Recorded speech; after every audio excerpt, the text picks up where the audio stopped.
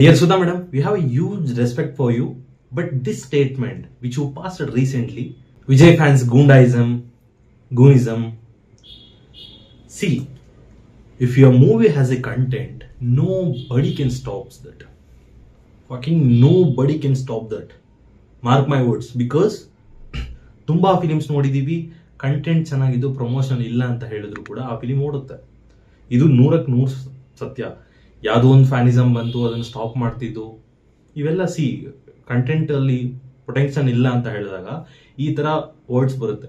Of course SK ರೇಂಜ್ಗೆ like 50 CR ಅಂದ್ರೆ ತುಂಬಾ ಕಡಿಮೆ, ಬಟ್ ಫಿಲಿಮ್ ಅಲ್ಲಿ ಕಂಟೆಂಟ್ ಇದ್ರೆ ಆಟೋಮೆಟಿಕ್ ಆಗಿ 2 days 3 days ಅಲ್ಲಿ ಕೂಡ 100 crores ಆರಾಮಾಗುತ್ತೆ. ಅಂತದ್ ಬಂದು ವಿಜಯ್ ಅವ್ರ ಫ್ಯಾನ್ಸ್ ಇಂದ ಈ ತರ ಆಯ್ತು, ಇಲ್ಲ ವಿಜಯ್ ಅವರಿಂದ ಈ ತರ ಆಯ್ತು, ದಿಸ್ ಇಸ್ ಬುಲ್ಶಿಟ್ ಅಂತ ಹೇಳ್ತೀನಿ. ಅಂಡ್ ಸುಧಾ ಮೇಡಮ್ ಅವರು ಈ ತರ ಲೈಕ್ ಒಂದು ಸ್ಟೇಟ್ಮೆಂಟ್ ಪಾಸ್ ಮಾಡ್ತಾರೆ ಅಂತ ಲಿಟ್ರಲಿ ಅನ್ಕೊಂಡಿರ್ಲಿಲ್ಲ. It's quite shocking, but yeah, normal politics ಅದು ಇದು ಏನೋ ಹೇಳ್ತಿದ್ರೆ. ಅಂಡ್ ಮೋರ್ ಓವರ್ ನಾನು ಆ ಫಿಲಿಂ ಬಗ್ಗೆ ಪರಾಶಕ್ತಿ ಬಗ್ಗೆ ರಿವ್ಯೂ ಕೂಡ ಮಾಡಲಿಲ್ಲ, because I didn't like the content. Completely hats up, literally hats up for your dedication. SK ಆಗಿರ್ಬೋದು, ಶ್ರೀಲೀಲ ಆಗಿರ್ಬೋದು, ನೀವಾಗಿರ್ಬೋದು, 200% ಕೊಟ್ಟಿದ್ದೀರಾ. ಬಟ್ ಮೇನ್ ಸ್ಟೋರಿ ಇಲ್ಲ, ಪ್ಲಾಟ್ ಇಲ್ಲ, ಒಂದು ನರೇಷನ್ ಒಂದು ರೇಂಜಲ್ಲೂ ಇಲ್ಲ.